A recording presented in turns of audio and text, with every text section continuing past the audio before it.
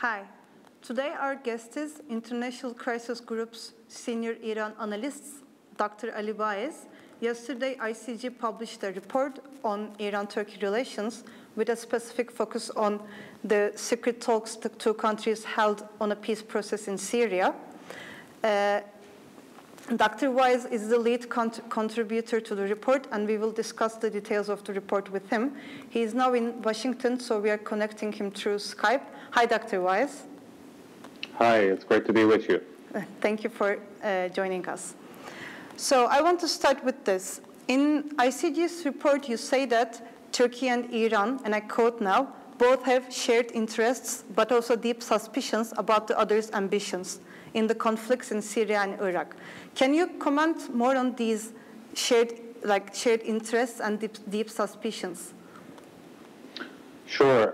Look, Iran and Turkey have a long history in dealing with each other, obviously as two of the main nation states of the region with a long history and cultures that are quite similar. They have traditionally competed with each other for influence in the region, and they have at times when their interests have aligned also cooperated. The reality is, at the moment in Iraq and Syria, there is just too much friction between the two sides and their spheres of influence. And the reason we published this report was that we were worried that this friction could end in direct or indirect confrontation between the two countries, which would just exacerbate the current tensions in the Middle East. The flip side of this argument is without Iran and Turkey cooperating, none of these conflicts in the region could actually be resolved. So our goal publishing this report was to give a warning that if things continue on the current course, they might exacerbate the current tensions in the region. And if Iran and Turkey decide to reset their relationship, especially when it gets to the competition in the region, there is real opportunity for de-escalation, both in Iraq and Syria, and maybe with positive consequences for the rest of the region. And another element here is that Iran and Turkey, unlike Iran and some other countries in the region, like Saudi Arabia, for example, have common interest in Iraq and Syria. I would say Iran and Turkey both would like to see these two countries as unitary states. They want to make sure that the territorial integrity of these two countries are preserved. And they both have concerns about Kurdish separatist groups, particularly in Syria. They have different approaches towards them, but nevertheless they share the concern of the emergence of more autonomous regions, which could, at the end of the day, result in total disintegration of the state system in the Middle East. And I think these two are the common ground that the two countries can build on in order to move towards closer cooperation. So in the report, you say that Turkey and Iran had secret negotiations in 2003 on a peace process in Syria. Can you explain us what was on the table? What was the terms of these negotiations and the deal proposed by two countries? Sure. Look, first of all, these negotiations were not secret. I think the press has not reported this accurately. Our report adds more details to what we knew already about the talks, because obviously whenever Iranian foreign minister had traveled to Ankara or Turkish foreign minister had traveled to Tehran, the news of this had been published, and they had discussed regional issues, and they had not tried to hide anything. But obviously we didn't know the details, and this is maybe for the first time that we know why the talks failed. But I want to distinguish that these were not secret negotiations. In 2013, after President Rouhani came to office, he launched an initiative in order to see if there was a way of de-escalating crisis in Syria, or maybe even resolving it. And Turkey was a natural partner for Iran because of what I mentioned, is the joint and common interest in Syria that Iran doesn't necessarily share with a lot of other countries in the region. And Foreign Minister Zarif developed what was called the 4-point plan with the Revolutionary Guards commander, Mr. Soleimani. And the plan had 4 steps, including ceasefire, creation of a transitional government, constitutional reform, and UN-held elections for president and parliament. From what we understood, Foreign Minister Zarif and his counterpart at the time, Foreign Minister Davutoglu, first had a discussion about this after the UN Security Council General Assembly in September 2013. The 2 men walked alongside of the Hudson River in New York, and they discussed this issue. And then there were a few months of shuttle diplomacy back and forth. I believe 6 times they met in a matter of 5 months in order to see if they could advance the negotiations. And finally they couldn't. And the reason was, in the last step, where there was a UN-monitored election, Iranians insisted that Assad should be able to run as a candidate. And the Turkish side insisted that he should be barred from running. And they couldn't find common ground on this, so the talks collapsed. And then, of course, we entered into a 3-year process of mutual escalation, which only deepened the Syrian crisis and involved other actors in a more serious way than before. Remember, in 2013, the Russians were not as involved in Syria as they are today, or the Kurdish groups like YPG had not had all the territorial gains that they have today. So the issue was easier to solve, but nevertheless they couldn't move forward, and we entered into 3 years of deepening of the crisis until in 2016, right after the failed coup. I will come to that later, like the second round of the negotiations. But okay. Before that, I want to ask: do you think it's fair to say that the only contestation point between 2 countries is Assad's role in the transition period? Well, no, this was one of the most important obstacles, but it wasn't the only one. And obviously, the 2 countries had different priorities as well. From what we understood, and former President Gül, for example, mentioned that at the time, thinking in Ankara was because of the losses that Assad had on the ground in terms of the military situation, it appeared that he would lose or collapse in a matter of a few months. And the Turkish side just simply did not see the advantage of engaging in negotiation at that stage. And this, of course, has been a cyclical process. At one point, one side of this crisis has come to the conclusion that there is a military solution and has not been prepared for seeking a diplomatic exit ramp. And at other times, it has been the other side who had come to the same calculation. And we haven't reached a point yet where both sides come to the conclusion that there is no military solution and there is a need for a compromise. And that's the reason that the crisis has not been resolved.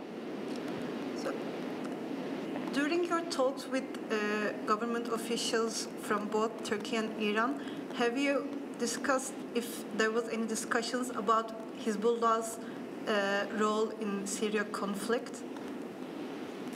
Yes, of course. The problem is, in many ways, both sides criticize each other for similar issues. If you want, at the end of the day, it's almost a mirror image. The Turkish side often criticizes Iran's deployment of Hezbollah and other proxy groups, Shiite militias on the ground from across the region. And they argued this indeed had exacerbated the sectarian divide in the region and even added another very powerful recruitment tool for Salafi jihadi groups who use this as, and Hezbollah's presence and Shiite militias' presence as a pretext for even bringing on more jihadis to their ranks. And when you talk to Iranian officials, it's a very similar argument that they accuse Turkey of facilitating the passage of some of these extremists through its territory, through its border to Syria, and you engage in a blame game that is, of course, not very constructive. The reality is the crisis in Syria is a proxy war in which the regional states have tried to play a zero-sum game.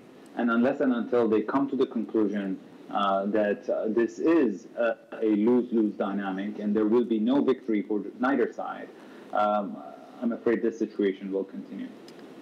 And you have just said, and you also write in the report, that a second round of the negotiations has started after the failed coup on July 2016 in Turkey. So what made these negotiations to restart? Can you explain this to us? Sure. Look, in 2000, I think between 2013 and 2016, Iran and Turkey agreed to disagree about Syria. And they agreed to focus on other elements of their bilateral relationship and fence off this disagreement about Syria. And of course, we see that trade relations has been improving between the two sides, and the diplomatic relations are pretty good, and there are a lot of channels of communication between them. But the door on discussions about Syria was really closed after this episode. In 2016, after the failed coup of 15th of July, the Iranians came out very strongly in support of President Erdogan. And I think that was a confidence-building measure from Ankara's perspective that opened the door once again to the negotiations about Syria. And this time, the parties decided not to go and address the most difficult issue based on the previous experience, which was to talk about Assad's fate and talk about other issues. And to our understandings, there were several exchanges that were really in the preliminary stages, but they were quite positive. And then I would say two things happened. One was the battle to liberate Mosul, which brought again the two sides very close to collide in many ways, if you want, in and around Mosul, in the sense that Iran supported Shiite militias coming very close to cities like Tel Afar, that Turkey was quite concerned about that this could lead to a massacre. And on the other side, Iranians were worried that Turkey wants to basically bring Mosul under its own influence and create a zone in northwestern Iraq that would then counterbalance Iran's influence in Baghdad. So again, you see this zero-sum dynamic coming out on the one hand, and then on the other in Syria was the fact that Turkey launched the Euphrates Shield operation without much cooperation, much coordination with Iran. It preferred to do its coordinations with Russia. And this disappointed the Iranians to a large extent. And once again, I think instead of being able to cooperate, the two sides really exacerbated mistrust between themselves. So, under the light of the recent developments, especially the battle in Aleppo and Aleppo's takeover by Syrian regime, and also it looks like Ankara wants to blame Iran for what's going on in Aleppo, and there's an increase of anti-Iran sentiment in Turkey. Do you still think there is a ground for this type of cooperation between Iran and Turkey? Look, actually, the experience of Aleppo shows why cooperation between two sides is necessary, because you now see that the agreement to evacuate rebels from the eastern part of the city failed because Turkey and Russia negotiated it without really involving Iran in it. And the Iranians blocked that process in order to send the signal that Iran has a central role in this and it cannot be marginalized.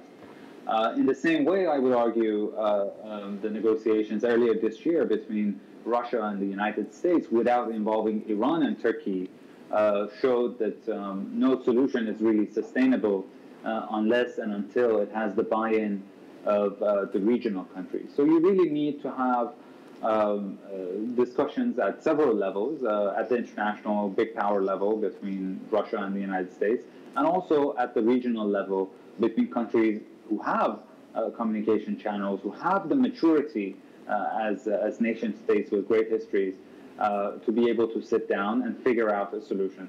I don't think engaging in a blame game will advance anyone's agenda really in a helpful way. It might have some short-term benefits or domestic political benefits, but if the goal is to resolve the Syrian crisis, I think Iran and Turkey should sit down and try to figure out a mutually acceptable solution that really takes both sides' interests into account.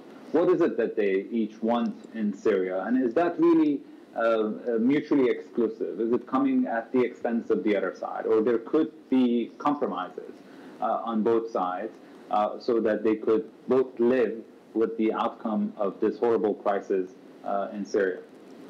I totally see your analysis, but do you think it will happen in the future? Like, do you see that it's coming, that in a consensus between Turkey and Iran like this? Well, it's very hard to predict because there are a lot of moving parts here. It also depends on what the next U.S. administration is going to do, what positions is going to adapt in general about Iran, in particular about the nuclear deal, as well as the Syrian crisis.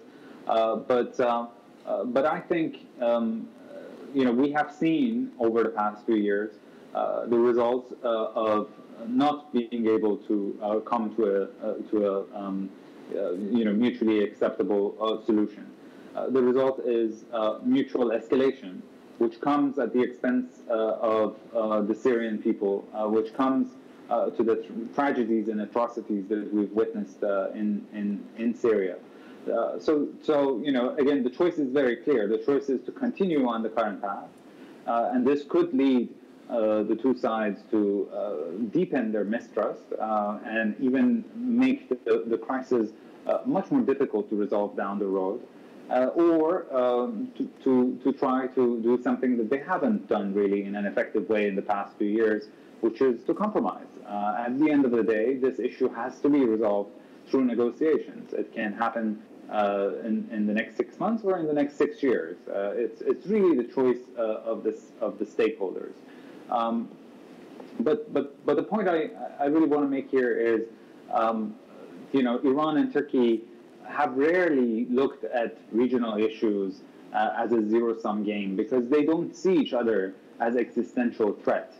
And that's a very important point, and that's a solid ground on which they can start building. But look at what's happening now in Syria. I mean, in and around Al-Bab, for example, you now have the Free Syrian Army backed by the Turkish army coming very close to the city of Al-Bab, and you now have the Iranians, Hezbollah, and the Syrians turning, now that they have been able to retake Aleppo, turning towards Al-Bab, and you really have the risk that these two could get into some kind of conflict, even if it's inadvertent.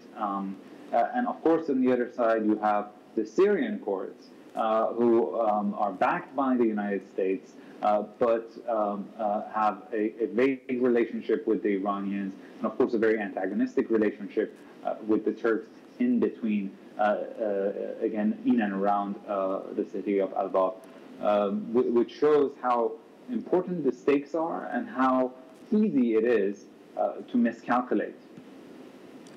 Okay, thank you very much, Dr. Boyes, for joining us and sharing with us your comments and observations. My pleasure. Have a good day. Thank you, you too.